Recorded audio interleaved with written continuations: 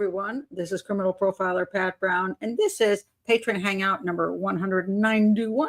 And I want to welcome everyone who is in the chat room. And all the people in the chat room are my patrons. And if you'd like to be one and be in the live show chat rooms, please do click the link below and join. And if you don't want to do that, please do subscribe to the channel and check my playlist. Okay, now if I do this a lot, it's because I just turned on that air conditioning thing behind me. I went from heat to air conditioning, and apparently I still have heat. So I am sweltering. Oh my God. I don't control the heat and air conditioning. It comes out of my daughter's house next door, and it's a whole connected system. So I guess she hasn't flipped it over yet. So I'm gonna just sweat through the show. So anyway, how are you all doing? And I want to just, before I get started I'm going to start out with some British stuff because there's some really interesting recommendations I had. And this is an earlier show, so anybody in the UK will be awake. So I'll be talking about those. So anyway, before I get going, though, I will just want to point out a couple things. Let's see. I will show you, I have done a new pastel. This is my red-eyed tree frog. Here he is. I think he's cute. I love him. And he's going to go up on the wall with the lizards. So I think I'll do some more frogs because I like frogs a lot. And this guy actually, I should have put the picture up here. But when I was in Nicaragua, I went on a night hike with a guide, and one of those red-eyed tree frog actually jumped on me. And so I have a picture of him sitting on my head, which was pretty cool. That doesn't happen too often. So Tanya says, I feel your pain in Portugal. We're waiting for summer for the air. Yeah, I tell you. Thank you about my froggy. I appreciate that. I like my little froggy. It makes me happy when I look at him. So some of the simpler things in life. The other thing, I know everybody before I start going on the shows always ask me about the feral cat, Mac. All right, Mac's doing his feral thing. But this is him. This is, now mind you, I'm sitting here on the floor in front of him with the food, and he'll come in and he will sit down and pretend that he doesn't see me. I mean, literally pretends. It's the funniest thing. Like, he normally will not groom or do anything like that, but when he sees me and he's trying to sneak up on me, he will sit down and close his eyes for the most part, and sometimes groom like, oh, I didn't notice you there. And then now here's a little video of him actually. This you can see some progress I've made with him. See if this works. I haven't tried this methodology before, but I'm going to try now. No, that's not what it's supposed to do. Let's start at the beginning. Okay, here he comes.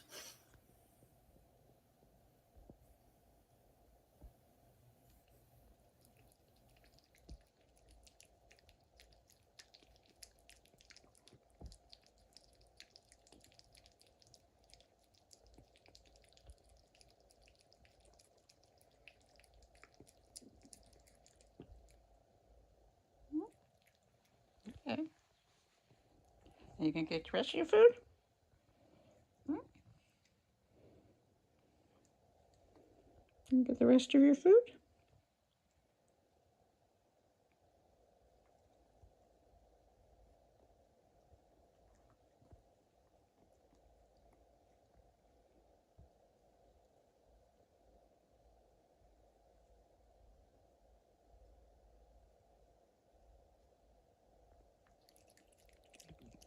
Okay.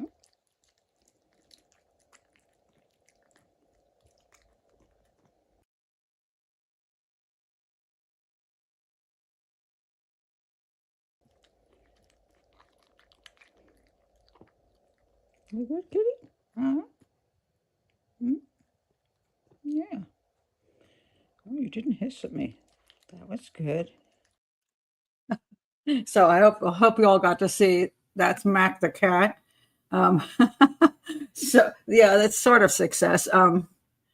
Oh no, I don't think it's a bad experience with people. This is a 100% feral cat who I'm pretty sure was born on the farm out there in one of the barns, because there's other little kittens that have looked like him. So I think he's a 100% feral cat, never been around a human. And this is now almost like a year and a half in. And now I got him to at least step onto my lap. Now, mind you, I can't touch him because I did try the other day. I tried to touch his head and he immediately went and then jumped back and then ran out. So he's not to the letting me touch him stage if he ever will get there. But he will come in and eat from my hand and from my lap. So that's, yeah, no. Most of the time it'd be pretty damn boring because I mean we're doing very repetitive things. I mean, over all this time I've moved the cat food bowl from the cat door all the way through the house into my bedroom, little by little, trying to get him to be, more comfortable and trusting. But I mean, it's a pretty slow process. So I think that would bore the hell out of people for the most part. But if I ever get to touch that cat and actually have him let me pet him, it would be probably, and I think the chances are very low. I'm a realist. A totally feral cat that isn't, now mind you, he's still a free feral cat. It's not like I caught him in a cage and then I force him to live in the house. And sometimes people do that, and then they use gloves and stuff to try to pick them up and pet them. Then they're trapped. But this cat is a free feral cat, so he just comes and goes when comes in, eats, says thanks. No, he doesn't thank me. He just gives me that look, and then takes off. So you can subscribe. No, that's okay. I think I got enough work already. And by the way, considering that, in case you haven't been over to my other channel, I do want to promote it. It's called Your Profiler Pat, and I do advice. And so come over there and check out the, if you haven't been there, check out the videos I have and the playlist. Subscribe to the channel and send me your questions. I'll probably answer them. Okay, so now, tell you I'm hot as hell. Oh, it's like I think it's about 78 degrees in here. And I'm under the lights now too, so yeah. Anyway, first thing I want to talk about is this, this kind of just amused me when I saw it. So Katy Perry says she's been battered and bruised by backlash. The internet is a dumping ground for unhinged and unhealed. And this all happened after she took her space flight. And there are some other reasons people aren't overly fond of her, but and I have to say I would say she's not my favorite singer or favorite astronaut. However, and she says she's battered and bruised. Now, mind you, she is a major celebrity, and she does put herself in the spotlight, and often puts herself in the spotlight in ways that perhaps can draw the wrong kind of attention, shall we say. And so she's kind of responsible for that. On the other hand, she's pretty right about the viciousness of what's on the internet. And she's correct when she said a dumping ground for unhinged and unhealed. I thought that was kind of actually brilliant.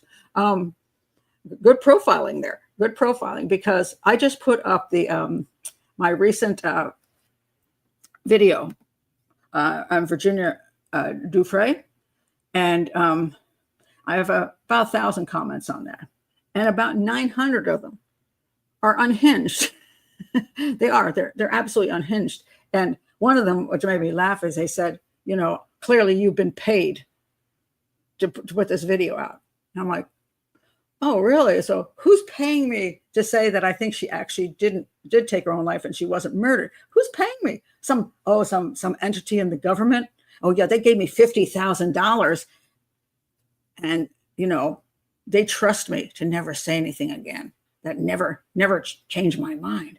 So if I end up dead the next week, I didn't do it to myself. Now, some of the people were saying, oh my gosh, but she did say a while back, if anything happens to me, I've been murdered. That was in 1919. And 1919. Wow, that's really far back. That's the last century. No wonder she's not around anymore. But 2019, and this is 2025. That's 6 years ago. And that was in the mix of everything that was going on. That has all passed. And people are like saying that, oh, they finally come and gotten her. And I'm like, no, nobody, she's already done all the stuff that, if they wanted to get rid of her, they would have done it right away. They wouldn't wait 6 years after she's already been to court and everybody got convicted, or two people got convicted. that's just so nonsensical and so illogical. It just drives me nuts. And there's an article that came out. It was from her family, and where's her? It says here, the last days of Virginia Giuffre, her life began to fall apart in the last few months. And it says here that her personal world was crumbling. She split with her husband. It was a very bitter split, emotionally taxing, centering around a legal custody battle of the three children, 19, 16, and 15. And she said, according to her own brother, so we're not talking about somebody else, a brother-in-law, we're talking about her own brother saying this. One of the deepest sources of pain for her was being kept from her children due to a restraining order filed by her estranged husband. And he said, can you imagine the pain? So she was obviously, I don't know what happened in that marriage. She claimed he was abusive, and then she had a order against her, and then she broke that. So, when you're outside of a situation, you actually do not know who is doing what. And so all we know is that the marriage was failing, and that it was highly contentious at this point. Why? I don't know. Now, one of the children is 19. I don't think she can see that 19-year-old anytime she pleases. The other two are 16 and 15. And although she might not have custody, for example, they're still at the age where, unless, she's likely to be able to see them. And they probably would want to see her. If they want to see her, they'd say, hey, Dad, I want to see her. You can't keep me from seeing my mom. There's things that certainly it's not the same kind of crushing thing it would be if your children were 2 and 4 years old. That's a whole different ballgame. Her kids were near grown. And so then she then says, let's see. Then this incident, let's see, the weeks before her death, she posted a deeply concerning message to social media showing her face bruised, but she claimed she'd been hit by a bus. And there was a bus accident, but they said nothing bad what came of it. She says, I have 4 days to live. Well, the bus driver said that's exaggeration. And in other words, why is she saying stuff like this? And she said, this has been the worst start to a new year. I'm ready to go, just not until I see my babies one last time. And you know what they say about wishes. She was obviously very, very a lot of emotional pain, and she had a lot of issues. And she's at a point of midlife where, for whatever reasons, all the things she'd been through in life may have caught up with her. Or perhaps she was perfectly fine to some extent, but then the marriage did her in. Or maybe she's just, some people, when all of a sudden they start having real mental problems. So there's everything points to totally rationally that she took her own life. None of the family is complaining about it. Her own family would be saying stuff if they thought it wasn't true. And the police aren't saying there's any sign of foul play. So but 90% of the comments I've gotten on that one video have been unhinged, absolutely unhinged. People they're just so obsessed with a fantasy in a sense. So what happens is this, and this is what I see is happening on the internet. When you take a look, for example, at the case of Jeffrey Epstein. Jeffrey Epstein was a sleazebag, okay? There's a thing called truth, and then there's stuff we don't quite know, and then there's made up stuff. So the truth part that I know of was that he was a sleazebag, clearly a sleazebag. He did get young women, barely legals, in other words, teens, who came from homes that had issues, girls looking for money, girls looking for freedom, girls looking for a way to survive, whatever their issue is. He got them to come in and give them those little massages, and then he moved on to other stuff, and then he gave them reasonable bucks, like, hey, you've been here for an hour, I'll give you $200, which is much more than you make on the street. And so he got in the girls that were underage. And he is what I keep trying to tell people. He's an ephebophile. An ephebophile is somebody who likes young women who are not quite a teen, that they are in the teen years. He is not a pedophile. That pedophile is going for little kiddies. Now, one of the things you see, so over here you have that's pretty clear that he definitely lured teenage girls that he wanted to have sex with, and he paid them. That's pretty clear. There's some I'll put over here where you could argue things, but maybe quite true that he might have been let's say blackmail people, because once he got other people who were famous to be involved in something, theoretically there could be a blackmail thing. He could be an asset for the U.S. government. You can get into all that, or you could just think that this guy is just he's got his highfalutin friends and he likes sharing his assets with them, and having a good time, because there's a kind of a sleazy world like that out there. Now, over here with the whole government thing, all right, government sometimes uses people, and that's why maybe he didn't get the first time around when they caught up with him. He didn't quite get the sentence he should have gotten, or a sentence. But now you get this here. Now you get, this is the 90% of people. This is fine, and I don't have a problem with this because there's like some interesting stuff there. But here you get 90% of these comments coming in that there's this huge government conspiracy. I mean, up to the highest levels of the presidency, and whoever they decide to say is involved in it, and enough so that they pay me big money just to do a video. Some YouTuber, I mean, I am a profiler, but still, I don't have a huge channel. So I mean, like they're going to pay me to do this, and I've been accused of being paid before for quite a few different cases, and it's always kind of funny to me because it's never ever happened, and I never would accept it. But they like to claim that because they want a reason why this profiler, who's supposed to be profiling scientifically, would say the things I say. So the whole thing with Epstein and his island got to the point of where now little kiddies are being kidnapped off the street, and they're now 5-year-olds and 6-year-olds down there, and every famous person in the world is down there raping little 5 and 6-year-olds, and also maybe murdering them and drinking their blood or whatever the heck else they're doing down there. In reality, the majority of people who, shall we say, cross the line, Hollywood people, sports people, politicians, most of them are phebophiles. They just love that fresh, young teen. They like that. They're most of them are not pedophiles and are into little children. That's a whole very unique little group there. But people are just conflating all this stuff, and then they think they just come up with this massive conspiracy across the world where, I don't know, they've got probably Boeings going across the ocean transporting 300 little kiddies, and then the whole government of another country will come in and rape them all. I mean, it just gets so ludicrous. And I see this on so many cases. And a lot of times too, what you'll have is, especially if there's the victim issue, there's certainly some people that are victims, where if there are enough people get behind somebody who's imprisoned, or a case that hasn't been solved, that everybody gets behind.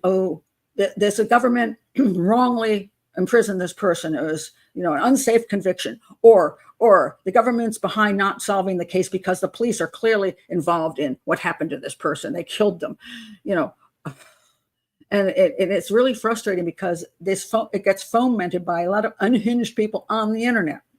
And I agree with her when Katie says that unhinged and unhealed people who need a life. People who need a life. Now, there's wonderful things on the internet, and other people who do intelligent shows and do art and pets and fun things, but there's so much junk on here that people who are needing something in their life to heal them, or they're having mental issues, or they're just troubled in some way or other, or they're lonely, or they're whatever they're suffering from, they go on the internet and they somehow that drugs them. It's like a constant drug. You can just click and click and click, and you can get off all about something. You feel, oh, I'm going to fight for this, or I'm going to show them my opinion. I'm going to get my word out there. Hey, that lady's stupid. Hey, lady, you're wrong. And it's kind of sad, because these are people who need a better life and better therapy, and being on the internet and mucking around with all these, especially these horrible grifter YouTube channels, grifter TikTok channels, grifter people on X, Facebook. It's just, people are being lured. Talk about luring. Regular people are sitting in their homes being lured to all these channels and all these creators and content creators.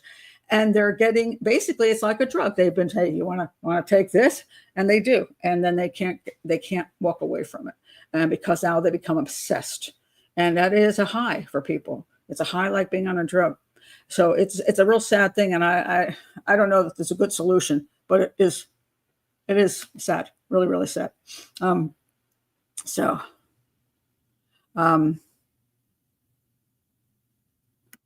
Let's see.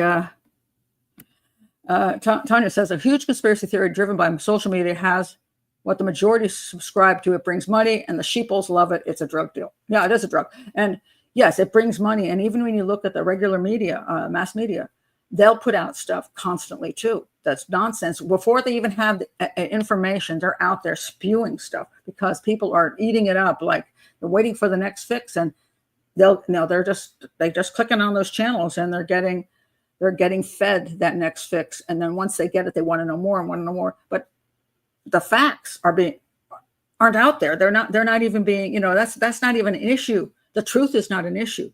And so journalism used to be where you had to wait for some time to gather the facts, and then you would write up your story, for example. And now everybody they're within seconds, they're on air and spewing whatever they're spewing. And then that's just stolen by every other channel, because that's what goes on now. Plagiarism by the media is outrageous, and YouTube too. They'll just take one person's whatever they said, just say it over on their channel, almost word for word sometimes, and they get away with it. But they have different people to spew it to. So that way, there's so many options of how you can get your drugs. It's very concerning. Oh, well, there you go. Karen Reed story. Oh, Lord. That's one of the most unhinged nightmares I've seen in a long time. That is insane. Yeah. But yeah. Yeah. Just a really sad thing. I'm bothered by that. All right. Let's move on. And let's go on my first British thing here. Okay. Who do we have? Oh, I'll start with her. Kelly. All right. So Kelly, and these two I'm going to do back to back. One is female, one victim is female, and the other victim is male. One perpetrator is male, the other perpetrator is female. But the same thing is true on both of these cases. And one of the problems I have a lot with true crime in general is people really want to hear how horrible the criminal is. That psychopath, that murderer, they just want to be, again, this is kind of a drug. It's like, I want to hear how horrible he is. Oh my God, he did this. And then the answer to how we're supposed to deal with this is where this guy shouldn't exist. Well, that's a nice thought, but unfortunately it does.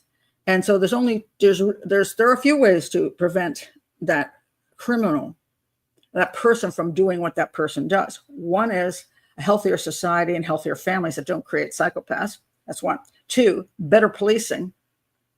Let me go back. That creates them. I'll go back. A better family, a better community that doesn't create so many psychopaths. Two, a community that actually pays attention to who is in the community and is there for the people and doing something about what is not healthy. Three, a police system that is good enough to catch them. Four, oh, I got more than I thought. Four, a justice system who actually puts them where they should be and doesn't let them back out again. And five, and this is the one that people keep telling me I'm blaming the victim. Five is personal responsibility, because there are times when there's nothing you can do to prevent disaster. For example, you're following the law. You're in your car. Get your seatbelt on, you're going the speed limit, you're not on the phone, you're not drinking coffee, you're just driving and looking at the road. You're fully awake. Nothing, you have nothing, you're not daydreaming, you're doing what you should do, and somebody crosses the center line and smashes into you and kills you. There is nothing you could do about that. Not one thing. That is not your fault in any way, shape, or form. That is absolutely, you couldn't do anything about it. To protect yourself, it's very difficult. Now, sometimes you can choose better routes, safer routes to take. I have a route that I kind of like. It's a windy route. And during the day, it's probably not even the safest thing. But as I go around the corners, I always beep. Like in Europe, people beep. And here in the U.S., they never do. But I go beep, beep. Like if you hear me coming around the corner, don't veer into the middle of the road. Because I kind of like to take my sports car around there. But that is a little risky. Maybe I shouldn't do that. I never take my granddaughter on that route. And I would never take it at night. So there are some things we could do even then to protect ourselves from other people in small ways. But then there's the ways which we do stupid things, which put ourselves absolutely in danger, like picking up a hitchhiker. Maybe you shouldn't do that because you know that's unsafe. Don't do that.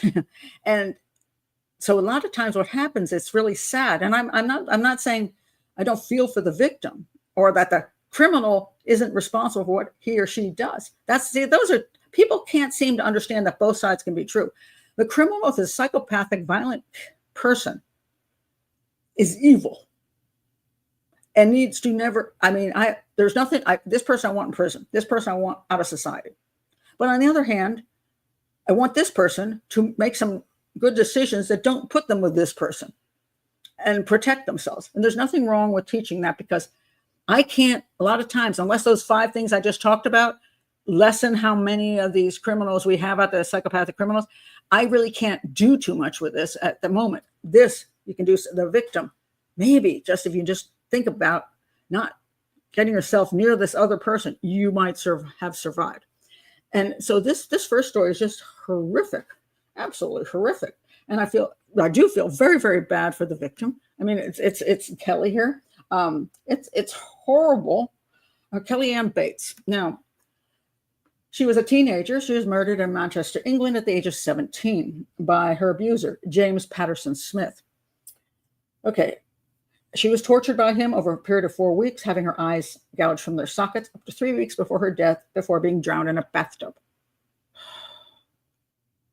I mean, what she went through, that's one of those things where sometimes when I imagine if that were happening to my relative or my granddaughter, my daughter, whatever, the thought of what they go through, that would drive me insane.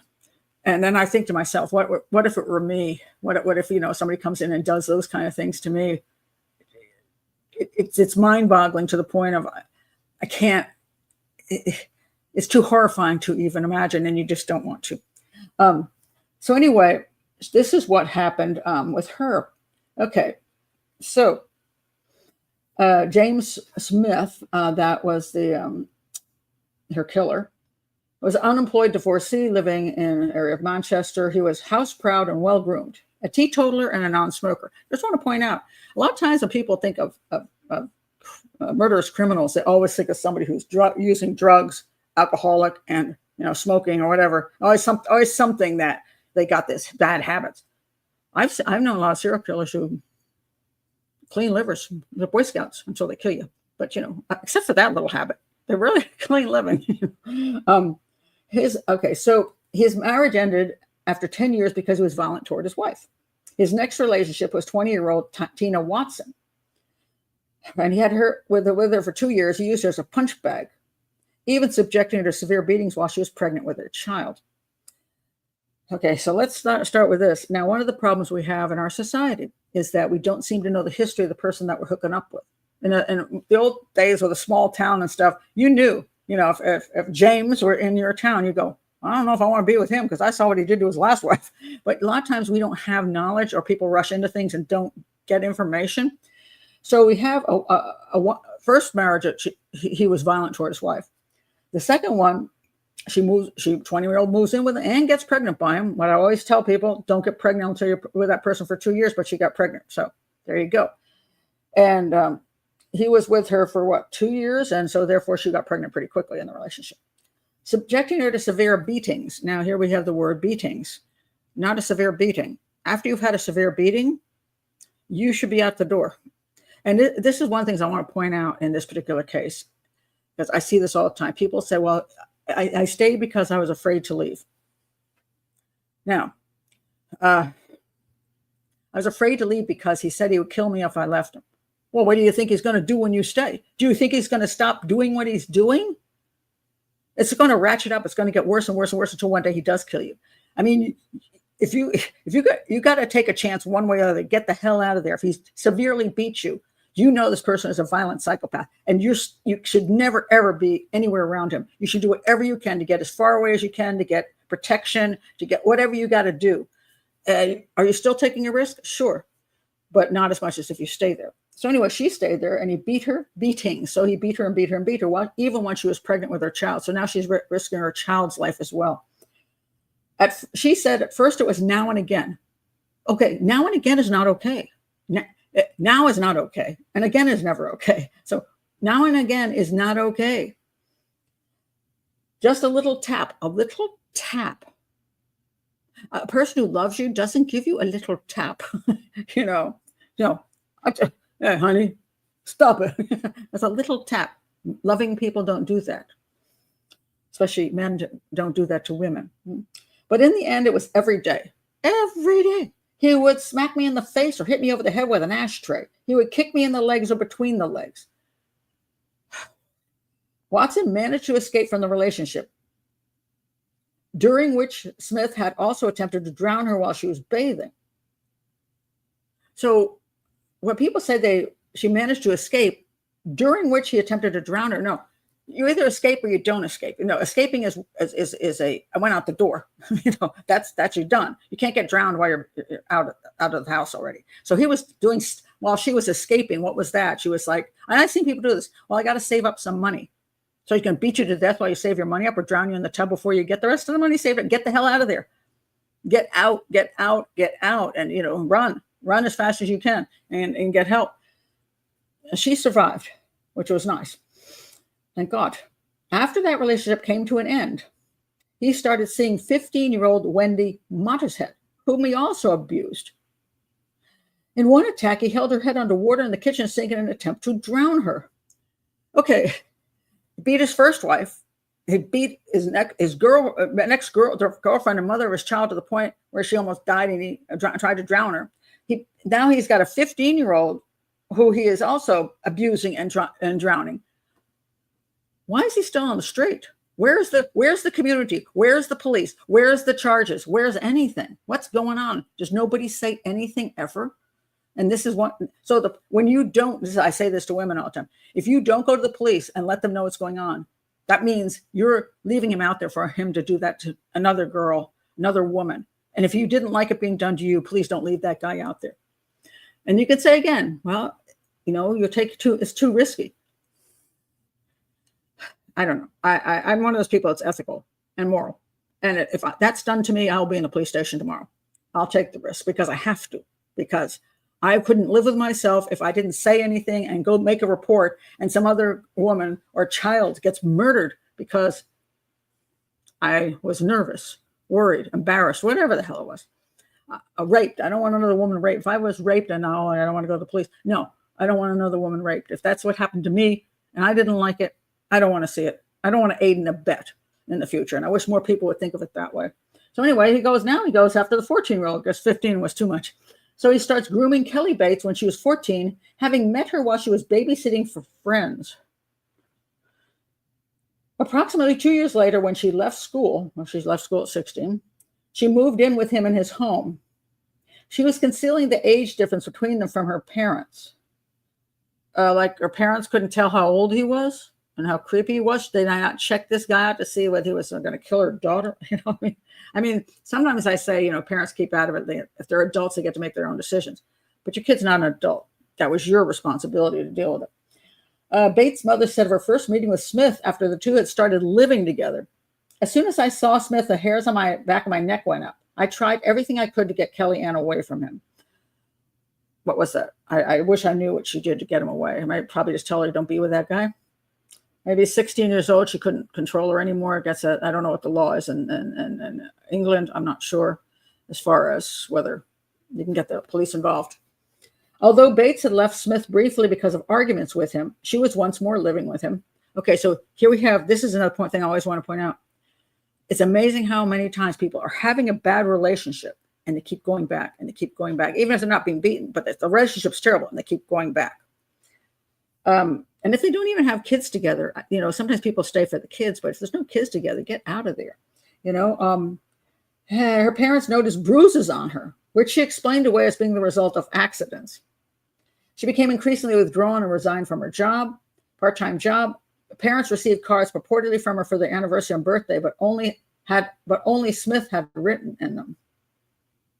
Okay, so boyfriend is sending them birthday card. When her brother tried to see her at the house, Smith said she wasn't home. When a concerned neighbor asked after her, she was briefly shown an upstairs window. Here I have a problem again. Your sister is being abused by somebody. The neighbor thinks there's a young girl over there being abused. Do they just go over one time and then give up? I'd be beating down that damn door every freaking day and bringing the police along for a well check, make sure that they're okay. So anyway, in April of 1996, he reported to authorities that he had accidentally killed his girlfriend during an argument in a bathtub, claiming that she had inhaled water and died following his attempts at resuscitation. So they're both in the bathtub. They're having an argument, and somehow in the argument, she manages to stuff her face in the water and breathe in. Okay, so police went to Smith's address and found Bates' naked body in a bedroom. Her blood was found throughout the house, as happens when you have an accidental drowning in a bathtub. A post-mortem examination revealed over 150 separate injuries on her body. During the last month of her life, she had been kept bound, sometimes tied to a radiator or furniture by her hair, other times by her neck using a ligature. And her eyes were gouged out. That poor girl was tortured. She was kidnapped, essentially. At a certain point, she couldn't get away. That's the problem. If you don't get away quickly enough, or people don't get you out of there quickly enough, when you're going to be kidnapped. She was kidnapped because if she wasn't allowed to walk out the door, that's kidnapping. He kidnapped her, kept her and imprisoned her and tortured her. This young girl. She's like, it's absolutely a gruesome story. But see, I see a failure all the way around. Failure of the family, failure of the community. I don't know what happened to police in this whole instance, but failure all the way around that ended up in this poor girl having the most miserable last month of her life and a horrible death. Just gruesome and horrible. So kids can leave school at 16, if I'm not mistaken, to go to college. Yeah, I think 16, Kate. Oh, so you got, wait a minute, age of consent is 16, not 18. Okay. So, and sometimes people, when they feel they can't control a child, they will simply sort of allow them to free themselves. What do we call it in the United States? There's a terminology where you can actually, emancipation, you can give your child emancipation at a certain age and let them go. Do I agree with the battered spouse defense? No, I do not. Why don't I agree with the battered spouse defense? Because it's often used when the person, it's not self-defense. Self-defense and battered spouse defense are two different things. Self-defense, I 100% agree with. Battered spouse defense, I think, is frightening. And that's the Menendez brothers' defense, essentially. We were battered children. But they weren't being battered at the time. It wasn't self-defense. They made a choice. Hey, their claim was, worried daddy was going to come and kill us, which there's absolutely no evidence of. So we're going to go back and kill him. And mommy too, because dad said he would kill us, but why are we killing mommy? Because she allowed the battering or the sexual, there's their claim, sexual assault. She allowed it. But that again, it's not a defense. So the same thing is true. If you're in a relationship and you've been punched, beaten. If that guy's just gone out to work, or you've just gone out to work, then you are not in the process of being beaten at that time. You have the right to leave, go someplace, go to the police. I say you may, there's always that risk. But what you're not allowed to do, it shouldn't be allowed to do under the law, is have bad husband or bad wife come home. They lay down on the bed and you shoot them in the back. They're asleep and you shoot them in the back while they're sleeping and say, I was battered. What? I was afraid he was going to wake up. Well, then get the hell out of there. So I think that battered defense is very, very concerning. And a lot of times it's even used when there's not much proof that it's even true. So that's even more concerning. So no, I don't go for it at all. So, but a good question, a very, very good question. If a child is brought up in a violent home, they may think it's normal in a relationship. And that's where I talk about the family issue. I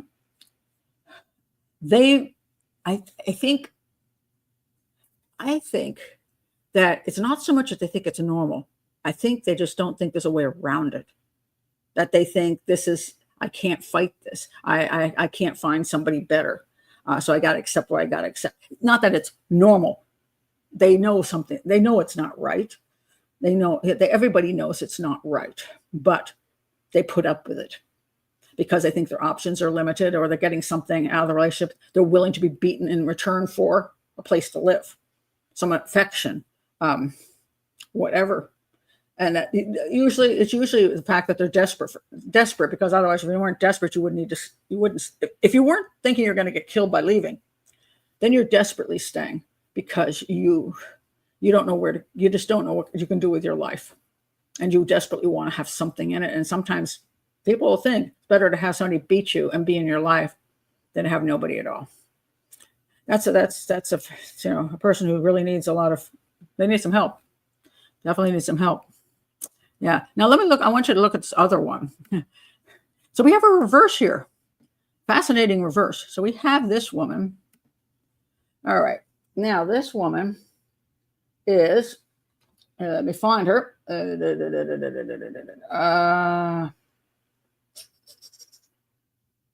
Tracie Andrews. Tracie Andrews. All right. So, all right. She had a bunch of other names, but we'll call it Tracie. All right. She's an English murderer who killed her fiance, Lee Dean Hart. I think the guy on the left here is the fiance. And I'll talk about the picture on the right because for now, just look at this picture. There she is. All right. She was the middle child of 3 siblings. Her parents had a volatile relationship and they separated when she was 6. Their separation had a lasting effect on Andrews. Well, what about those other 2 kids? I mean, a lot of people's parents separate when they're 6. And if they're in a volatile relationship, it could be the best thing that happened is they separated when she was 6. So when this is where you try to say, this is why she is the way she is. And we probably don't really know. But anyway, in 1990, she gave birth to a baby daughter, but separated from her partner a year later. She had aspirations of becoming a model, but worked as a barmaid. Multiple partners recalled Andrews as being possessive, not liking them having a social life without her presence. She was also prone to explosive displays of anger. So in 1994, she started a relationship with a local man named Lee Harvey, moving in with him 3 months after they met. Again, don't move in so quickly with anybody. Their off again, on again relationship was marked by volatility. Then you shouldn't be in that relationship. Now, here's a guy who's staying in a relationship with a woman who probably has friends going, get away from her, get away from her. Man, don't go back to her. And he's not listening. He's going back to her. They were both possessive and jealous of each other's relations with other men and women. Well, that's not going real well, then, is it? The couple frequently argued, which sometimes escalated into violence and led to the police being summoned. If the police have to be summoned to your house because of your relationship, you need to be out of that relationship. Friends and family members of both Andrews and Harvey were uneasy about their dysfunctional relationship. So even her family thought this is not good. Harvey had confided in both his friends and his own mother regarding Andrews' emotional problems. Well, if you're going to people saying, I don't know what to do about her, she's a whack job. She's going to whack me. That's what's going to happen. Police were called to the house in late 1996 in October, just over a month before he was murdered.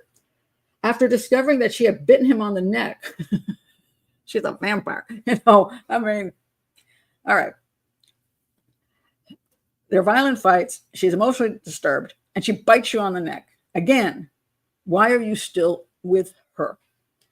Harvey's mother told him that they should separate for the sake of his daughter. Oh, God. So now his mother is correct. Look, you got your daughter in the house with this crazy woman. What are you thinking? That daughter can get harmed. So he's not only not smart about himself, he's putting his own child in danger. So other family members of Harvey warned him against pursuing a relationship with Andrews, and Andrews' mother also told her daughter not to continue. Her mother probably knew her daughter was a psychopath. She's like, hey, she's probably going to kill that guy. And she'd be right. All right. After another day of fierce arguments in December of 1996, they went to a local pub for an evening in an attempt to reconcile. No, that's not how reconciliation works. That's how you get drunk and then kill each other. Andrews claimed that on the way back to their flat in the Becks, the pair became involved in a road rage incident with two men. She claimed a car had followed her and Harvey and that two men from the car had confronted and attacked them after stopping them on a country lane. Okay. In reality, Andrews had stabbed Harvey over 42 times with a penknife after they had stopped in his car following an argument. Harvey's sister later said she knew from the time she was told about the murder that Andrews had killed him. And Andrews went on to say about the supposed attack that a fat man with staring eyes had stabbed Harvey after getting out of the Ford Sierra, in which he was a passenger. So they spent 2 weeks trying to track down the fat man with the eyes, And the male resident lived a little while away, had discovered Harvey when this happened, stabbed on the road and bruised and bloodied Andrews standing next to him. And police noted that Harvey's car had apparently not stopped in the road in any hurry, but had been neatly parked on the side of the road. He was stabbed in the back, throat, and chest 42 times, fatal wound to an artery in the neck. Now, let's see. So they finally figured out that she killed him, and her story was crap. So then they found a pen knife shaped bloodstain impression in her boot, because she stuffed the thing in her boot. So they had good evidence. So anyway, she finally admitted she stabbed him to death, and she invented the whole story. Then she changed her story and said she stabbed him in self-defense. So, especially since she stabbed him mostly in the back. So here again, do you want, is this a battered woman, is a battered wife thing? Or, you know what I mean? The guy was battering me, and therefore, and I'm a female and I'm scared, so therefore I stabbed him in the back. Well, I'm sure her defense attorney came up with that for her. It's like, well, now you'll have to tell them that you made up that story because you didn't think they would believe you, but he attacked you in the car, so you tried to defend yourself. So you stabbed him 42 times. Yeah. So anyway, she went to prison, and she was released in 2011. I think she was only in for what? How many? Let's see. 1999.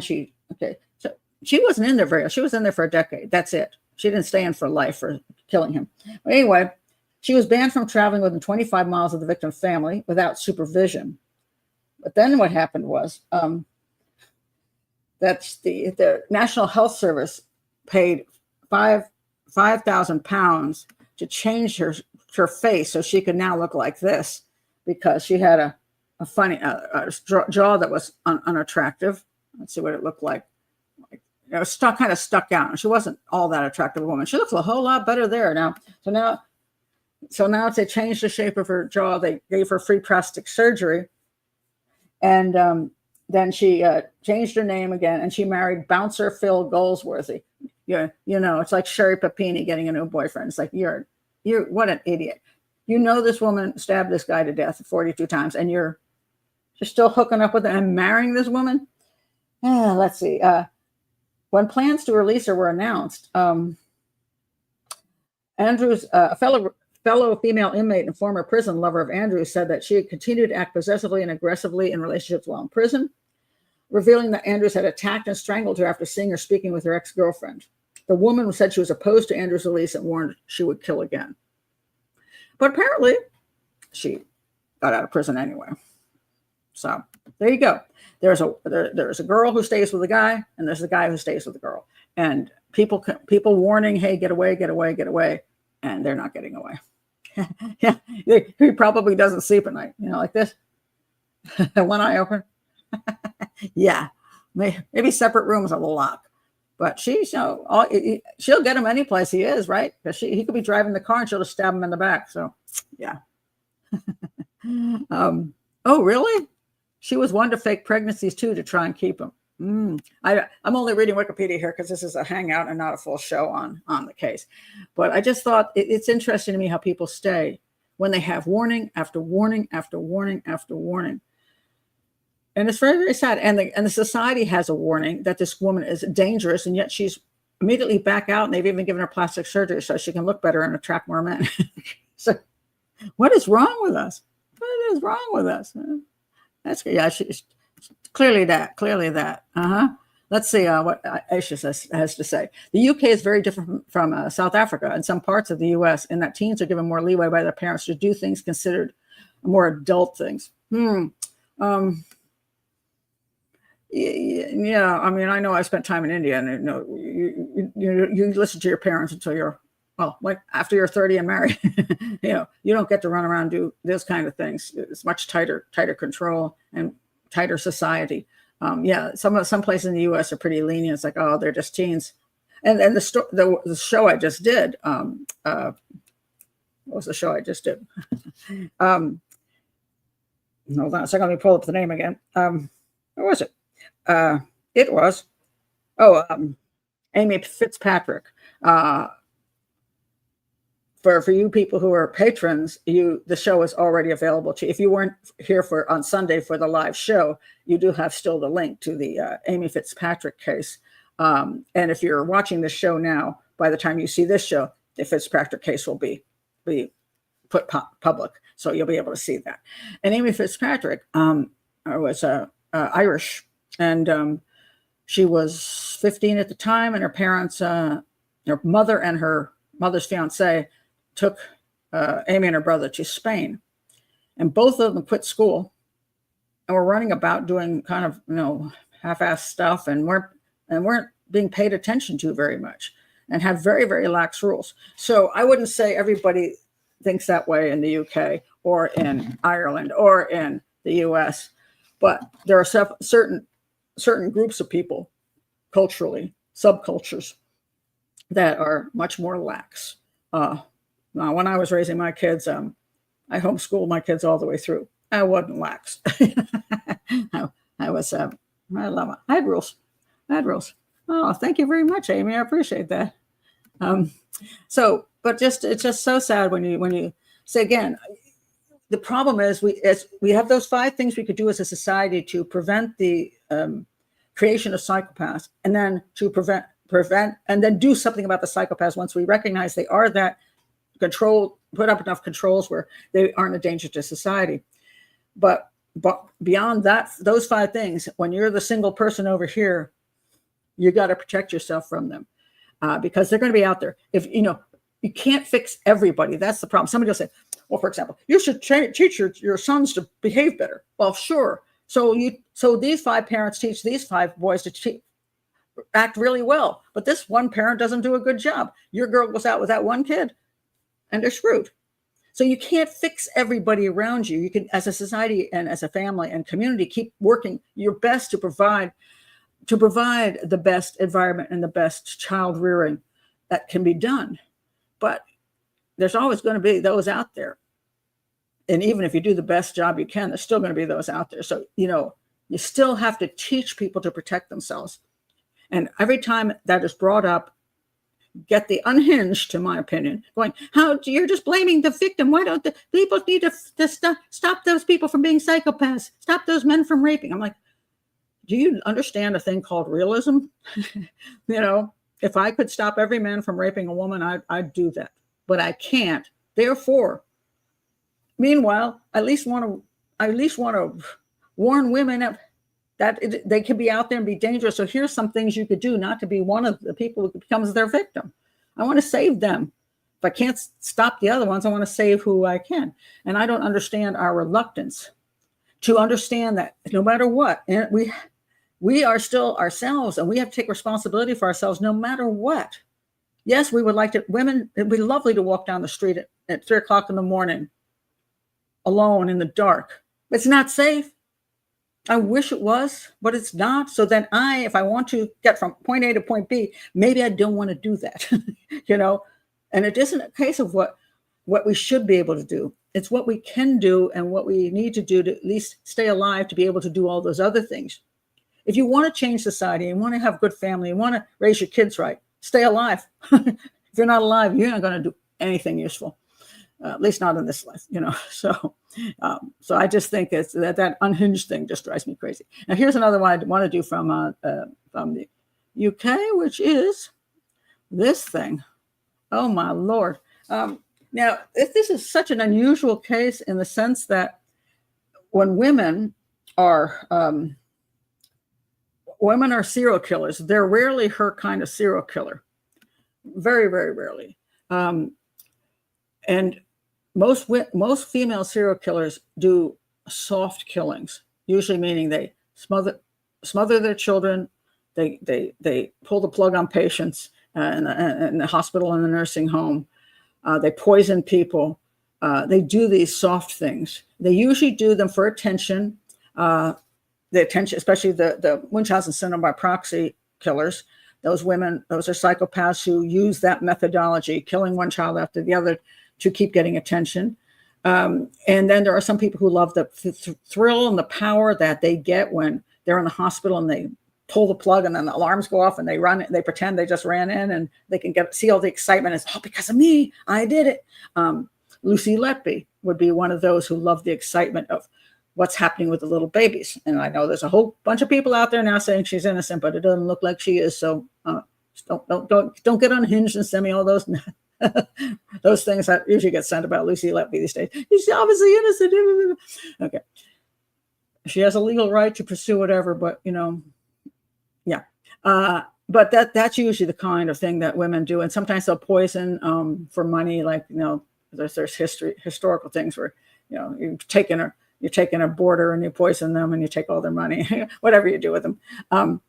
But women being extraordinarily violent as a serial killer. Aileen Wuornos is one of them that's always brought up because she's one of the rare people who was violent, female violent ones. And also, women the more violent type women often have a boyfriend who is the actual leader of the serial killer duo. And they're still psychopaths and still involved with serial homicide, but they're not usually the leader. In this case, this woman was the leader. And she got a couple of guys to help her out, and they're lovely people too. And she killed at least these 3 guys. So what happened? And this woman, I tell you, let's see, where is she at? All right. She found 2 willing accomplices. Isn't that nice? Oh, listen, Gary Stretch and Leslie Layton were manipulated by killer, said to have reveled in being UK's most wanted. They were manipulated. Well, now all this manipulated stuff, and you hear this all the time with the battered spouse type thing. When you get like Carla Homolka, Paul made me do it. No, he didn't. You offered him your own sister and killed her. So I'm pretty sure you're pretty evil too. So get out of here that you were manipulated or forced into it. 2 men in the thrall of triple murderer Joanna Dennehy, who were her, quote, willing accomplices, have been convicted of offenses related to a killing spree. Yes. Gary Stretch and Leslie Layton were, quote, manipulated by Dennehy, described as a, quote, sadistic serial killer with a fearsome personality. She murdered a warehouse worker, her landlord and boss, and her housemate in 10 days. She pleaded guilty to those murders, as well as admitting the attempted murders of 2 dog walkers who were strangers to her. I don't know if she didn't like the guys or the dogs. I'm not sure which one. Anyway, she was found guilty. While some of the guys, one of the guys was convicted of preventing a law. Oh, wait a minute. One of the guys was found guilty for the attempted murder, and the other guy was convicted for preventing the lawful burial of 2 murder victims. Anyway, I want to go back to this woman here, who obviously it looks like really scary. Let's see what she said. She was said to have loved violence and enjoyed the notoriety of being Britain's most wanted person. While on the run, she compared herself and Stretch to the U.S. robbers Bonnie and Clyde. And she said her first killing triggered the desire for more killings. Raised in, I can pronounce it, Hertfordshire. I'm not sure if I got that right. Hertfordshire. She was a bright and capable schoolgirl whose parents, Kevin, a security guard, and Kathleen, a shop worker, hoped she would go to university and become a lawyer. But she came off the rails, had 2 children in her teens, and became estranged from her family.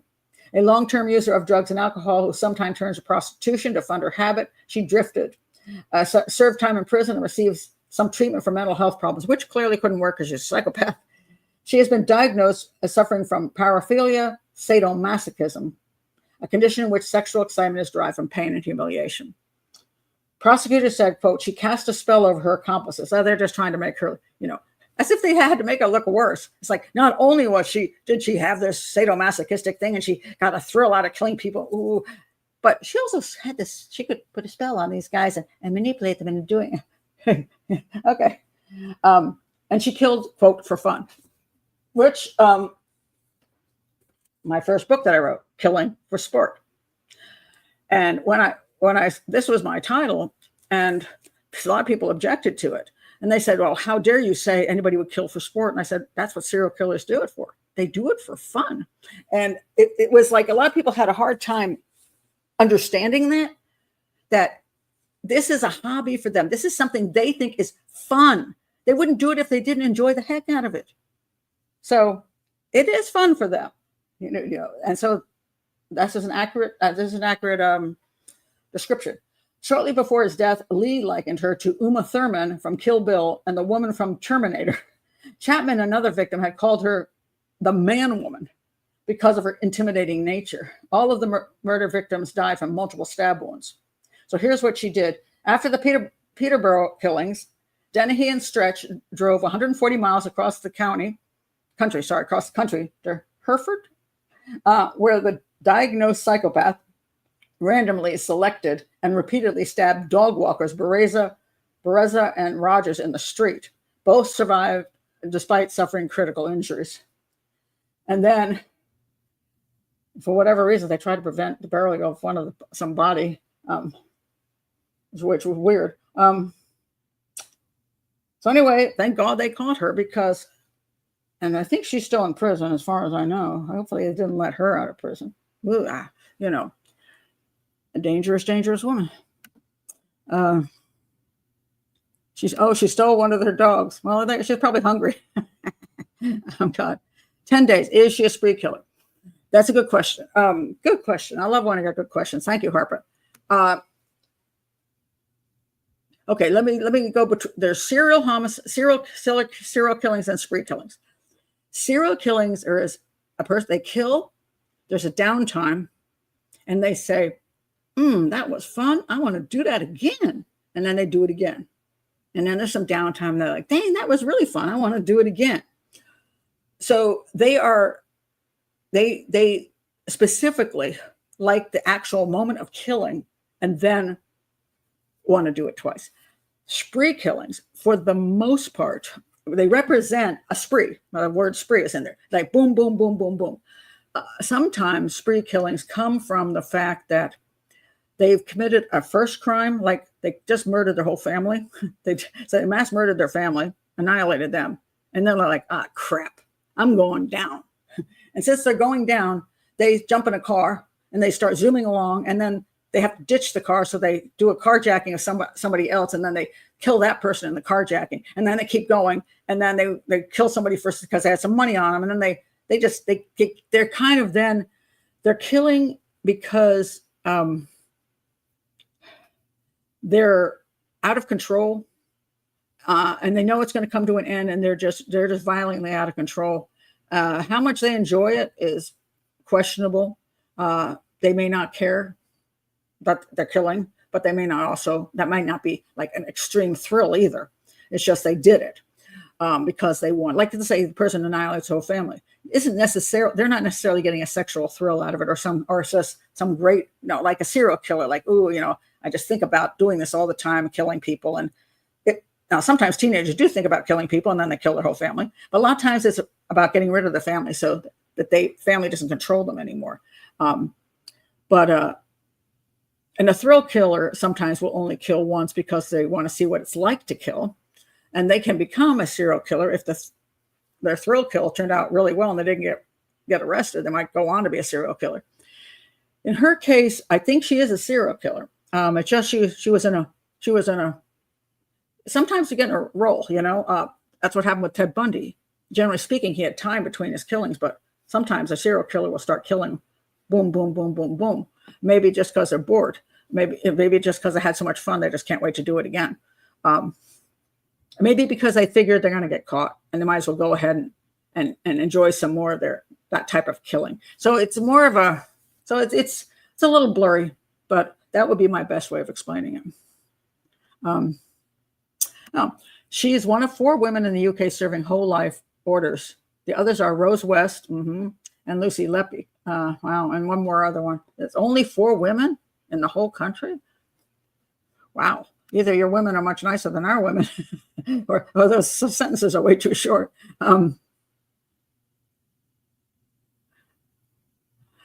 Sounds like a serial spree for, obviously the thrill is there. The thrill is there for definitely for serial killers. That's a thrill thing, no question. Every time they do it, they do get a thrill out of it. And the thrill killer, just the singular concept is like, I wanted to know what it was like to kill somebody, so I went out and stabbed somebody. I can remember that girl who killed, horrible teenager who killed a 9-year-old or something, and that was it. She had been watching all these, anything that was gory and bloody and whatever, and I think there's a picture with blood coming out of her mouth, that kind of thing, and she wanted to see what it would feel like to kill somebody. She wanted to, what does it feel like when you stab somebody? How is the reaction? She wanted to experience the concept of it. And so she's not yet a serial killer in the sense that is how she gets her power and control and her thrill at the same time, and then keeps doing it because it served its function. So after the first one, I say we wouldn't know if she didn't go on to a second one, but that's why when you say, when somebody's called a serial killer, I fought with the FBI for years on this issue. I kept saying, you don't have to wait till 3 to call somebody a serial killer. This was the FBI thing forever. 3 kills before you can call them a serial killer. I'm like, why? Why? 2, if you have a person who went out and raped and killed a complete stranger, and then they liked it well enough to go and do it again, they're a serial killer. You don't have to wait for number 3. That's just silly. One time you might say it was a weird thrill kill that they didn't know and they hated what they did, and so they didn't do it again. But if they go and do it again, they're pretty much, what they're into. So that's a serial killer. So I said 2. I fought that for years. And the FBI said, no, 3. And then one day they came out with this announcement that they had changed it to 2, and they gave all their reasoning for why it should be 2. So, okay. Been telling you that for 20 years. But anyway, but it's the sad fact that anybody would get a thrill out of that just always very, very sad. Somebody asked me to talk about this guy, Michael Mayden. He only got 2 years, and that really pisses me off. He had a sleepover at his house, and where is his thing here? What? Where are you, buddy? Oh, here we go. Yeah, okay. So I wanted to read this one first. Okay. He lived in Lake Oswego or something like that. He was sentenced to 2 years for drugging his daughter's friends. A father in Lake Oswego, or Oregon, that's all I can say, Oregon. I don't know how to pronounce the other one. He was sentenced to 24 months in prison on Monday for drugging 3 girls during a sleepover his daughter had in August of 2023. According to court documents, 57-year-old Michael Mayden turned himself in after being accused of giving 3 12-year-old girls a sleeping drug during his daughter's sleepover.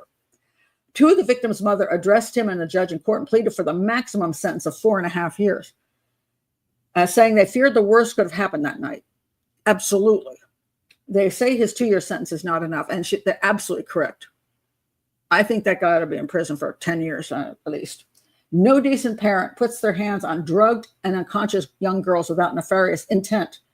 Do not for 1 second think that I don't know who and what you are, said one of the girls' mothers.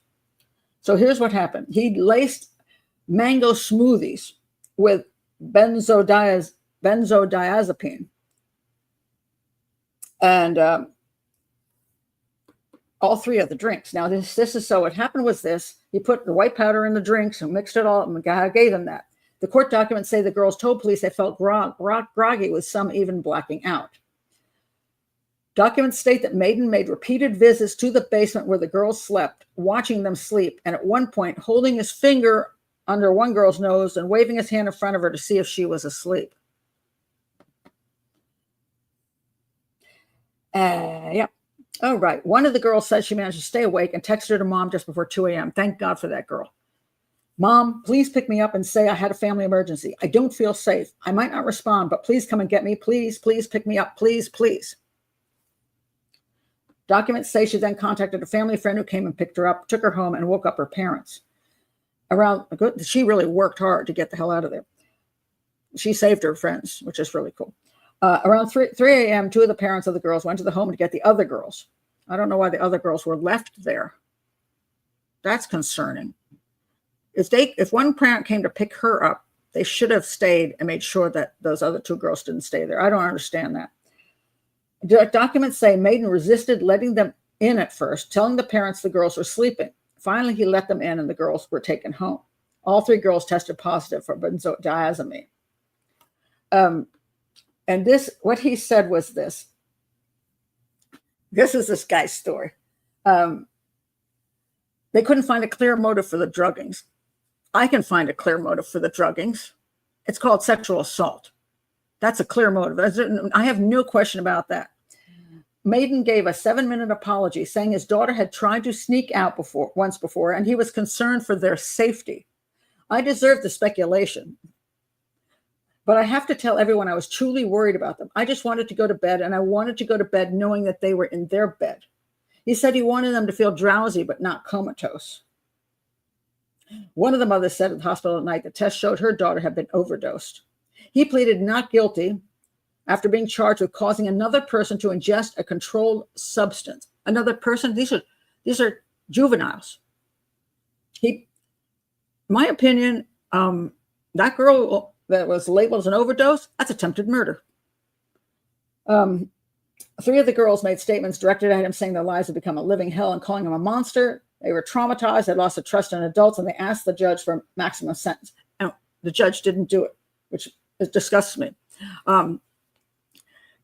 The thing about this under the nose and to see if she's awake, that right there, that's your proof that he's lying like a dog. If she was actually like asleep, is he telling me that he had to make absolutely sure that she couldn't wake up before he could go to bed? What the hell? No, first of all, anybody knows that, first of all, as an adult, you can never give children a drug. That every adult knows that. And there are certainly many ways to, if you can't trust your daughter, she's going to sneak out with her little friends, then you can't have a slumber party. You can't do it. Number 2. Or if you have to, you have them have a slumber party, you make sure your wife and you take turns staying awake if you're that worried, where you can make sure that the girls don't get out of the house. And I will say to everybody else, if you don't know those parents 100% and trust them with your life, don't leave your kids with them. No children should be staying someplace where you don't trust the parents. And you don't know the parents say, well, I trusted them to be okay. No, why would you say that? There was I saw this article where the woman said she let her child go over to her little friend's house. I forget how old she was, 6 or 7. And there was a swimming pool there. And she said to the mother, I'm worried about the swimming pool. And the mother said, don't worry about it. I'll keep my eye on him. Well, mother leaves and the child ends up in the swimming pool. Well, the woman said, oh, I took my eyes off him just for a second. You didn't know this woman. You don't know if she's trustworthy or not. You don't know if she's drinking. You don't know anything. Or she's just going to ignore them. She didn't know the woman. She just asked her. And then she said, oh, well, she told me she would do it. No. You know, you can ask somebody. You can say, hey, can you stop by my house and bring me a coffee? And nobody's in danger. She doesn't get the coffee and doesn't show up. But when you leave your kid with some people you don't know well enough to absolutely be sure that your kid is safe there, your kid shouldn't be there, period. That's not, you know, especially the younger kid, the more important that is. But still, even as a teenager, my girl would ask me, you know, this one who's now a detective, she would say, can I go over to so-and-so's house? I'm like, hell no. She go, well, yeah, but I'm 15, 16 years old. I'm still no. You can't go to her house because I don't know her mother, and her mother, I hear, has some boyfriends. No, I don't trust the house as being a safe house. She could be doing drugs with some guy in there, and the guy could have drug dealer friends come over, and there could be a violent altercation, and she ends up getting shot. I'm like, no, I don't know her. You're not going there. End of story. You have to pick friends that I can trust. I know their parents well enough to say, hey, I trust them implicitly. If I can't say that, you know, go hang out with them. So anyway, the other part of this story is that the dad got hit with a lawsuit. Now this is interesting. The father jailed for spiking his daughter's friend's fruit smoothies with sedatives, is being sued for $2.4 million. Okay, and so the only thing again he got nailed for was causing another person to ingest a controlled substance, which is a felony. And since it's a juvenile and he drug juveniles with intent of doing something else, he should be in there for 10 years. Just drives me crazy. So he also prowled around the house to see if the sedatives were working. Yeah, I bet he was. He wanted to make sure they were out so he could do something to them. So then it says here, the third girl's father, Scott Horsfield, is suing Mayden and his ex-wife, Yukiko Ishida Meyer, who divorced him last October after he was charged. Well, you got to give her credit. She didn't stand by her man. She's like, I'm out of here. You're a creepy dude.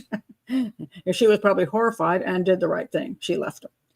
And again, there's a woman who would stay. Well, I'm sure that he really did just want them to sleep. So I'm going to stay with him. I'll wait till he gets out of prison. If he has good behavior, he might be out of prison in a year. And then we can have our family together again and he can sexually assault our daughter. The former couple are accused of the lawsuit. Okay, the lawsuit filed claims battery and intentional and negligent infliction of emotional distress. The former couple are accused of failing to protect a child in their home and to properly store the prescription medication. Well, he stored it in their drinks. I mean, that's the stupidest thing I've ever heard. You know, it was stored properly until he decided to put it someplace else. Heck. Yukiko was not criminally charged over what her husband did at the sleepover, and she kicked him out of their $1.3 million home. He's now living in an RV in a trailer park, while he was before he went to prison. Let's see if there's anything else interesting here about this couple. The three girls had joined Mayden's daughter for the spa night sleepover. He was highly involved in the event, taking them out to get their nails done, picking up pizza for their dinner. I mean, he's a stand-up guy. Yeah. Before going to bed, he made them two smoothies each. I mean, and insisted they drink them. He gave the girls specific colored reusable straws to distinguish their own drink and adamant they drink out of their own cups. I guess he wanted to control how much of the sleeping medication they got. And even his own daughter drank a significant amount. Then they retired to the basement where two slept in a bedroom and the other two on a pull-out couch. The only undrugged girl stayed awake and saw him come into the basement and pull the heavily drugged girl away from her. Oh, he was checking to see if she was asleep by hauling the girl away from her. Then, and when he disappeared upstairs, the girl pulled her unconscious friend next to her, only to find him return and pull her away again. Then he put her finger on her face. This is clearly, he's planning some sexual assault here, and that's what he's doing. How can they just say that he had no motive? It's obviously clear that's what he's doing. So he's not eligible. Oh, he's not eligible for parole until January 2026. So he can be out in like what, 9 months? Unbelievable. Just flaming unbelievable. I mean, that again, when I talk about how society isn't doing their job, well, this guy, in my opinion, is a psychopath. Our society has evidence that he drugged 4 girls with the intent of doing something to them while they were not conscious, like rape, sexual assault of some sort. And yet he gets such a pitiful sentence just for giving some stuff to people without their consent. That was it. I mean, that's just appalling. And that's where our society falls down. We didn't take this one seriously enough. At least his wife did. She got out of there. I hope she never lets her daughter ever be near him again. Although the court system may say he didn't actually intend to do anything to the girls. There was no proof he intended to do anything to the girls. He just wanted them to sleep. So therefore, he should have rights to see his daughter unsupervised. I would be surprised if that's an issue. Since his wife's name sounds Japanese, I hope she gets on a plane and never comes back. Takes that kid with her. Unbelievable. In a time where we have to ask other parents about nut allergies, you think it's okay to dose benzodiazepine? Yeah, this is not an accidental, accidental affair. That's just, yeah. So his wife left him. She's gone right away. She left him immediately, which I'm really happy about. Yes, I was excited about that, to see that at least, because I do wonder what his behaviors were for the last 12 years. And I wonder if her daughter has not been sexually assaulted over those 12 years. Because I wonder, remember, look about the French woman whose husband drugged her and had all these men come in to rape her. I mean, and that went on for years. She had no clue. So this little girl, who knows? Maybe he's been dosing her up too. And in the middle of the night, he says to his wife, I got to take care of something. And he sneaks into his daughter's room. Who knows? It's quite sick. Very, very, very, very frustrating. I want to mention this. Speaking of community doing what they need to do. If anybody remembers, I did a profile of the guy who, when he was out there and out and about, and Rachel Morren was murdered in Maryland, in Bel Air, Maryland. She went for a run, and she was brutally raped and murdered. That was horrifying murder. And they didn't know who did it, but the DNA from the scene matched this guy in California. They only had that picture of him. They had a video of him, but it was only his back, and so nobody knew who he was, except that he appeared to be Hispanic, and he was in California, and he was in Bel Air, Maryland. That's only information they had as to where he was. Now, I finally caught him, and I looked back, because one of the things I said, let me see if I can pull up my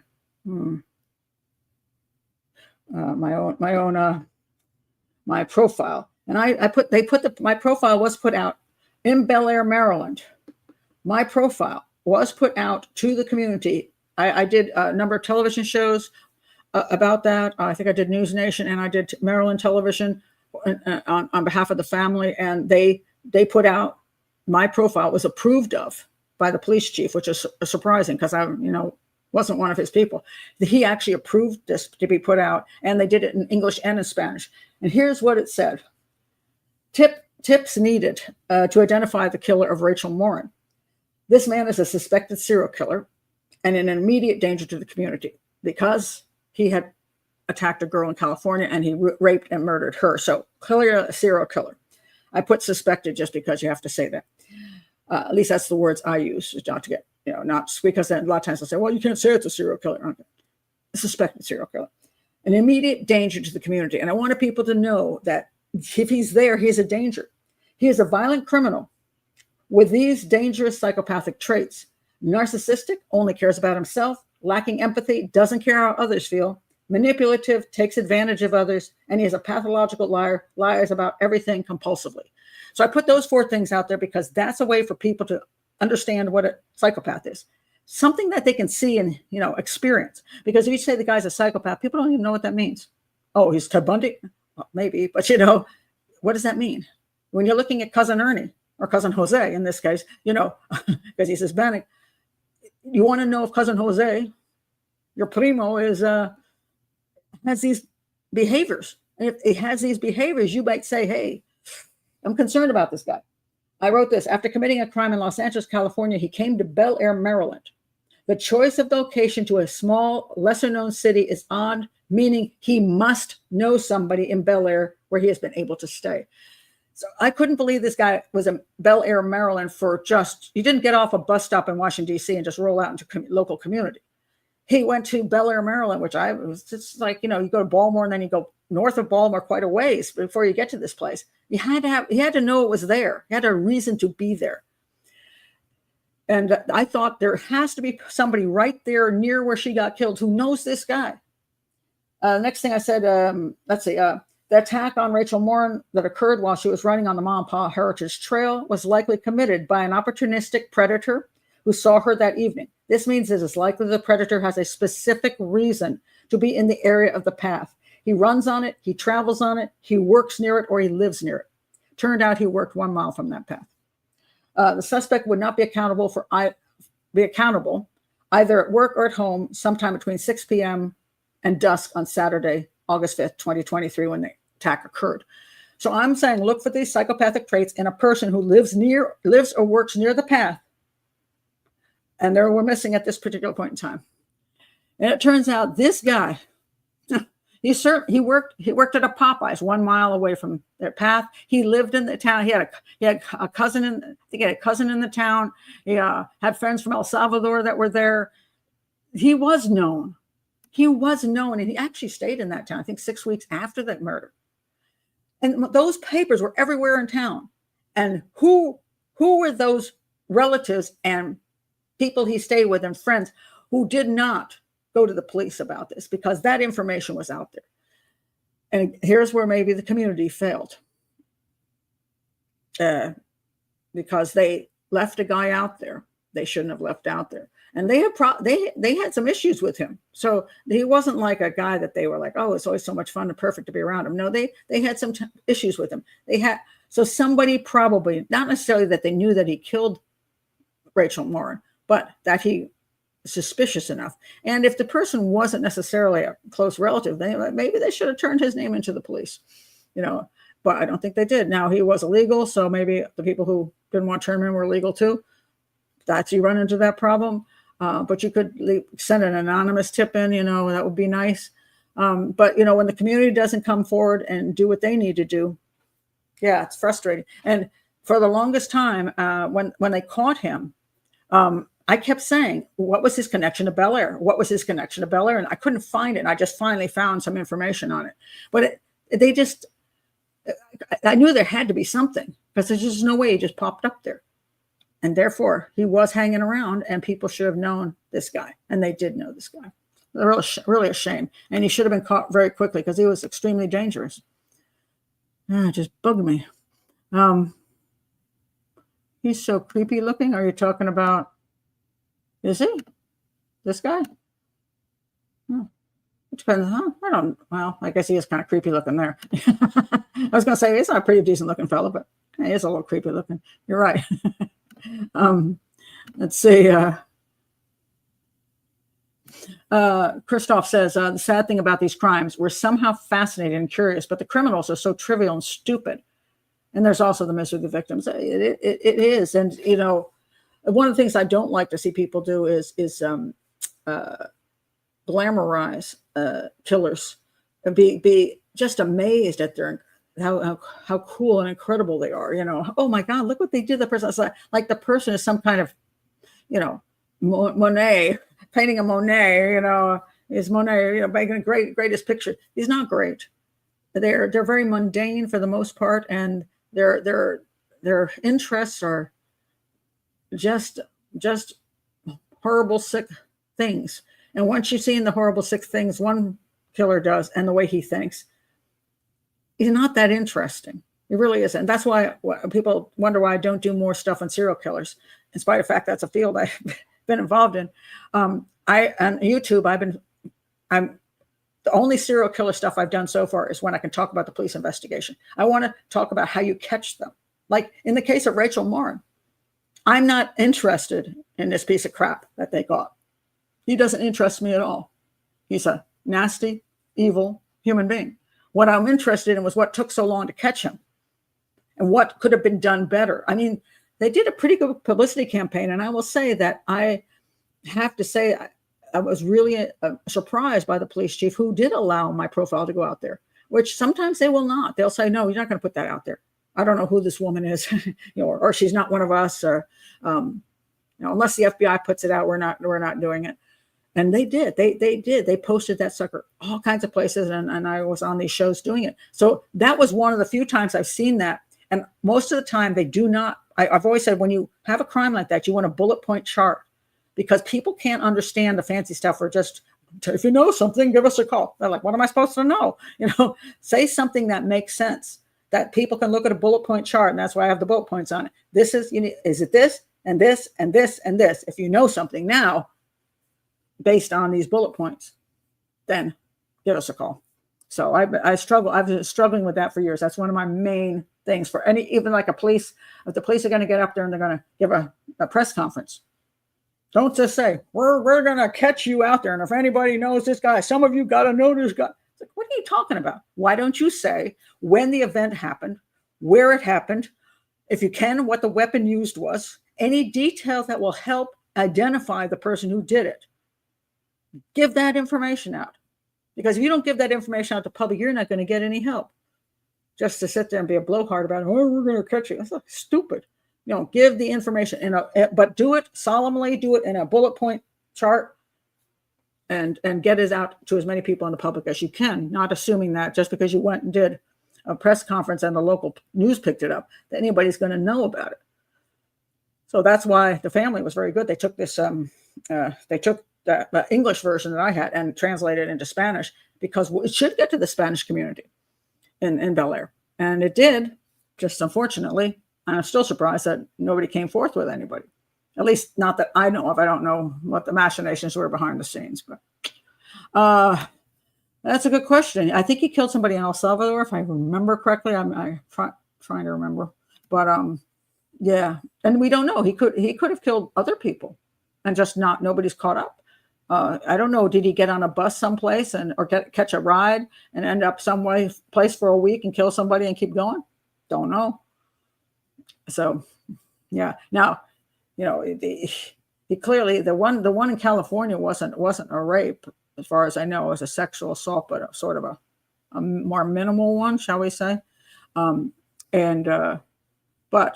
obviously, the Rachel Morren case was a horrific sexual assault and brutal murder.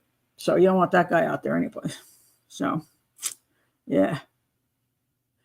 Yeah, Ted Bundy definitely is one. And, it's Jeffrey Dahmer, people fascinated by Jeffrey Dahmer. I know he's so interesting and cool. And there's definitely, I'm not saying that there's not reasons why certain ones have certain interesting things about them. I mean, because they do, there are some things that are interesting. For me, the most interesting thing about Ted Bundy was that he actually went up to the area where he kidnapped some women, and he had his gold Volkswagen, and he said, "Hey," Lake Sammamish, I think was that. He goes, "Hi, my name's Ted. Can you help me with my boat? Because I got this broken arm. Come to my car." And I'm like, and then his girlfriend calls the police and says, "I think that guy who kidnapped those women, I think it's my boyfriend." They said, "Well, why is that?" "Because his name is Ted and he has a gold Volkswagen, and I found plaster of Paris in a drawer, and this guy's saying he's got a broken arm." And the police ignored her. That to me is interesting. So one of these days I will do a show on what went wrong with the police investigations of Ted Bundy, because it was really bad in my opinion. And he was out there. They could have caught him really early, and they didn't. So that's the part that interests me. So Let's see if I have anything else, or I'm going to wrap it up for today. That's what I had on my list. Oh, anything else? Somebody asked me about.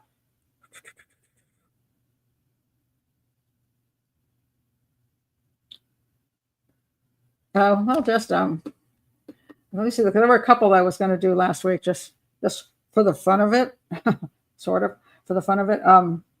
This one I thought was just funny. This guy,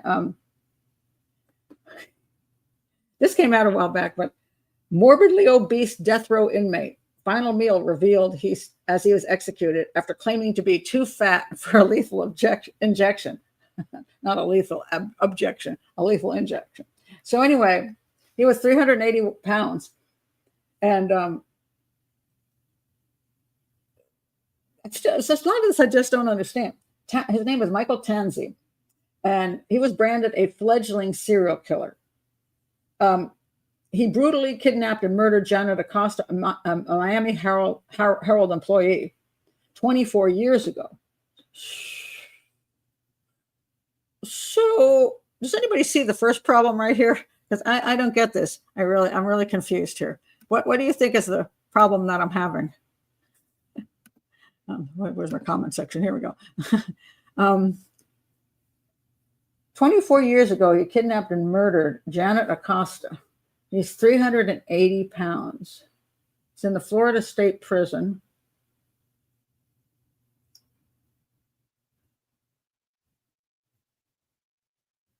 Where did he go?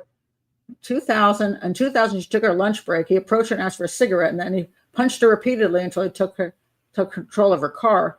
He threatened her with a razor blade, told her to cut her from ear to ear if she made any noise. And then he sexually assaulted her, stole her money and credit cards, and then drove to an isolated place to kill her. Yeah, he's a suspected serial killer, in my opinion. And then he was sentenced to death in 2003. Now he was charged in 2003. Okay, he was sentenced to death 3 years later. Appealed in 2005. Sentence confirmed in 2007. Thank you. Harper says, how could he eat so much in prison? That's what I don't get. What the heck? Do the death row prisoners have access to DoorDash? Like, well, was he obese before prison? I don't know, but he's in prison for like a decade. I didn't think you were allowed to eat to the point where you could actually be that huge. I mean, that's fun. So then he says, "Oh, I shouldn't be killed with a lethal injection because I'm too fat." His lawyers argued that due to his obesity, the state's 3-drug lethal injection could potentially cause Tracie serious illness and needless suffering. The brief detailed that the drugs may not be able to fully sedate Tracie, and he would be left paralyzed but aware, with a sensation of being burned from the inside. However, the request was denied just hours before his execution. Good. They refused. So what was his last meal? Was it like all the other prisoners' meals put together? What did he have? Just because they made a big deal of that. What was his last meal? It was... He apologized to the family. Oh, how nice of him. He died. He heaved for 3 minutes and then stopped. Okay. That sounds... he had his final meal. His final meal request was pork chops, bacon, ice cream, and a candy bar. Now, I would like to know if his victim got to have some nice, tasty pork chops and some bacon and some ice cream and a candy bar, and a pleasant way to die instead of what happened to her. As I've always pointed out, when people say the death penalty is wrong, I'm like, but this guy didn't. This guy believes in the death penalty. If he enacts the death penalty without even, first of all, as an innocent person, never was arrested, never was prosecuted, never was found guilty. There was no jury trial. There was no appeal process. If a killer brutally murders somebody, they believe in the death penalty and they should be perfectly happy to get it in return. So now, sometimes, the question is that person really guilty? I get the point. If you're against the death penalty in general, just because we don't want to have to enact a death penalty, not necessarily that they don't deserve it, but we just, as a society, we don't want to be the ones having to kill. Fine. Or if you don't, or you want to make sure that the only people who get the death penalty are so obviously guilty, couldn't possibly be a wrong person. I get that too. But killers do believe in the death penalty themselves. Absolutely. Except that when it comes to them, they don't want it. So I thought that was just kind of a humorous thing.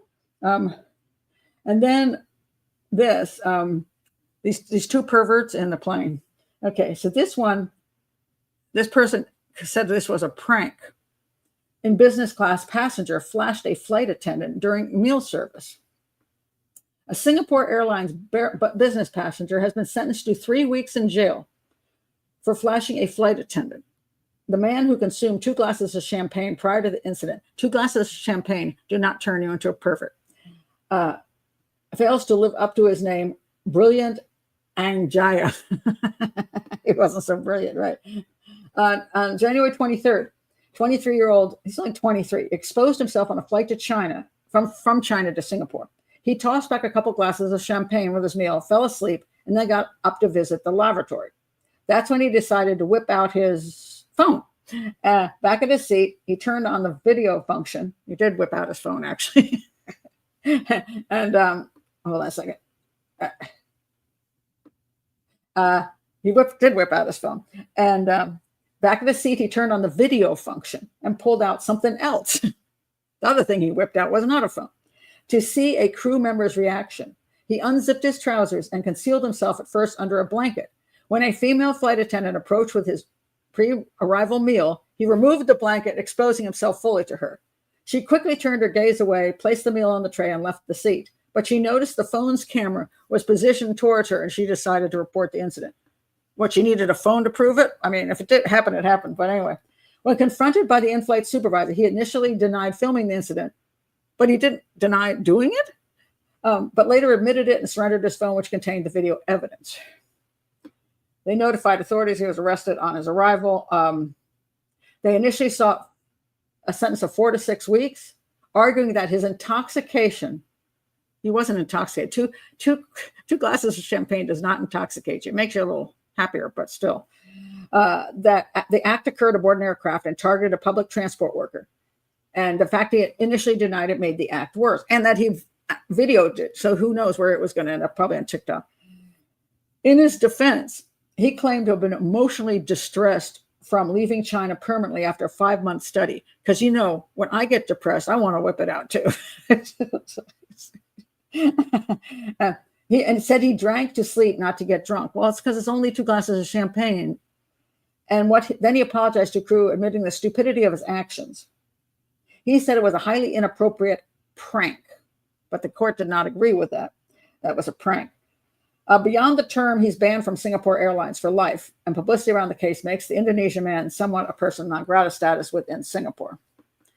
To me, that should have been listed as sexual assault, and he should have gotten way more. I would put him in prison for a year, at least to jail for a year. I put him in jail for a year because you can't get on. First of all, you don't do that. In public location, you exposed yourself. So to me, that's a sexual assault. Because her eyes had to be sexually assaulted by what she saw. And it was on an airlines, which caused a disturbance on a public conveyance. I think, 6 months, at least 6 months, but a few weeks. Yeah. And and he wasn't drunk. So that's all nonsense. So that was one of the perverts. And let's see what the other pervert was. Who was my other pervert? Okay. Oh, this one, where'd she go? This one is a woman, so there you go. You just never know about where did she go? Okay, I finally lost that one. I've been doing pretty good today. This is a brand new. I did get a new computer because mine just died. And remember, I was saying I was having trouble with it. Yeah. It was slowing down. It wasn't loading properly. Let's see. I'll pull this one up. And So I was trying to find one that fit my keyboard case, which is you can't get a brand new one. It doesn't fit the keyboard case anymore because they keep changing the size of just by enough so that nothing works that you already have. So I found this one. This is a refurbished one. So I just ordered it last night, came overnight. Okay, Minnesota nurse faces federal charges for allegedly grabbing flight attendants' genitals. So a 64-year-old licensed practical nurse is facing federal charges after he allegedly grabbed a flight attendant's genitalia while traveling from Las Vegas to North Dakota. This happened, let's see, Sherry Berg, a Bemidji, Minnesota resident, quote, did knowingly interfere with the performance of the duties of a male flight attendant when she assaulted him by grabbing his genitals. So what they say happened, the fellow traveler captured cell phone video of her twice grabbing the guy's genitals, which shows you it wasn't accidental. Then she was initially arrested upon landing in Grand Forks. She gave responding officers a fake name, but a search of her belongings turned up a Minnesota driver's license that revealed her true identity. State charge was dropped on April 3rd when they handed down a federal indictment. Now she could face up to 20 years in prison. Interesting. And where's the other thing? There was something what she claimed happened was I'm trying to find the one where she said why she did this. She said she had I think she was trying to say she had some kind of mental thing that went off. And let's see if I can find a better one.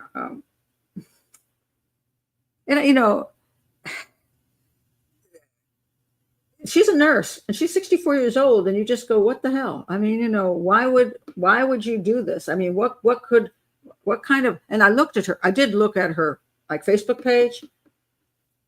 And sometimes you look at people's Facebook page, you're like, yeah, okay, this person's a whack job.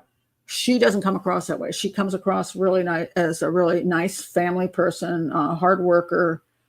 I didn't see anything in there that made me wonder why she did it. You know what I mean? So, I mean, that said to me, she was just a whack job. But let's see. I can't find there was one thing here. Where she did say somewhere in one of these that the excuse she gave, which I think was just she had a mental moment or something. Now she's not at liberty to speak about the case. So, but I know I saw it someplace. But anyway, you do wonder. I mean, who does that? Who does that? I mean, why would somebody do that? What kind of mental issue do you have to do something like that twice? Even if you're annoyed with the guy, that's your response to being annoyed with the guy. It's very bizarre.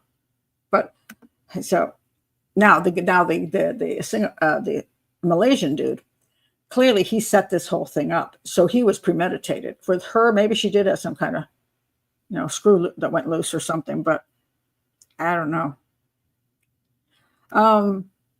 Who cares? He premeditatedly set this up. That, it's like saying I raped her because I raped the woman because I had some drugs and alcohol. I can guarantee you, even if you're drunk off your butt and you do drugs, you don't rape people if you don't want to rape people. So exposing yourself and taking a video of it, you planned that whole thing. So nothing can make you accidentally do it. Maybe she was inspired by the TSA groping. Yes, and I'm still pissed about that. In case you don't know, guys, when you go through, I had a horrible experience with TSA, and I went through the X-ray thingy, and they stopped me and said, we need to physically touch you and run my hand or put our hands on your crotch, because they show you this picture, this X-ray, and it shows a little red box over your crotch. And I'm like, what? And I was pissed. They said, would you like to go in private? And I said, no, I don't want to go. What, you want to take me in private so you can sexually assault me? And I was really pissed. I was very loud. I'm surprised nobody videotaped that and put it on TikTok. I was like, if you're going to sexually assault me, you're going to sexually assault me in front of all of these people here. I was very loud about that because I was pissed because I felt like, and it felt like I was sexually assaulted for sure. Now I have this worry about going through security now. And I think to myself, can you imagine a woman who has been, like a woman who's been raped raped a number of times, or something horrible happened to her, or a person from a culture where they're very covered, hijabi or something, and then they're gonna put their hands up your crotch. You know what I mean? And there were guys that said they had that same thing happen to them, and the guy would like really grab them up, and they're like, "What the hell?" And then people say, "Well, they had a woman do it, didn't they?" And I'm like, "So a woman sexually assaulting me is okay, and a guy sexually assaulting a guy is okay?" Some of them could be enjoying it, And I looked at that person who's doing it. I said, "How can you sexually assault somebody? Do you know what you're doing? You are a sexual assaulter. You are sexually assaulting me. That makes you a creep." And it's like, well, this is the government. I'm like, then the government is behind the sexual assault of innocent people, and you are doing it for the government. On behalf of the government, you're willing to sexually assault people. I'm sorry, it doesn't make you a better person. I mean, when TSA had to do, some real, when they do the thing on the back, they're running a hand up on the back or something, I'm okay with that. I mean, it's I'm very easygoing when it comes to TSA, and have had, generally speaking, decent experiences. They have to go through my luggage, to go through my luggage. And people say, "Oh, I don't like when looking through my stuff." Well, when you take your carry-on, don't put stuff in there. Don't put a vibrator in there. You know what I mean? You don't want to have, "Oh, what's this? Oh, this is," Don't do that. Just bring stuff that you're not going to be embarrassed about. I mean, the whole thing's a pain in the butt and probably is serving no purpose whatsoever. And I wish I'd get rid of it. But I'm willing to go through it and be polite about it. But I'm not happy about being sexually assaulted by TSA and our government. So that did piss me off really badly. Oh, so yeah. And I wasn't going to go in the back room and let them sexually assault me, because that even felt worse to me. So I guess if they touch my crotch, can I touch their crotch? So anyway, yeah. Okay, you set me off with that one. So anyway, so guys, I will see you back here on Sunday. It's probably going to be 4 p.m. Eastern time this Sunday. I'm taking my granddaughter to writing lessons because it's Mother's Day, and my daughter is going for a Mother's Day weekend with other mothers, leaving this mother here. But anyway, you see how things work in life. But I'm going to take my granddaughter to a writing lesson at 1:00. So I'll be back at 2. Gives me a little time to get the show together. So it'll be 4 p.m. When I figure out what show I'm going to do. You still have time to put in your ideas. So anyway, thank you guys for being here.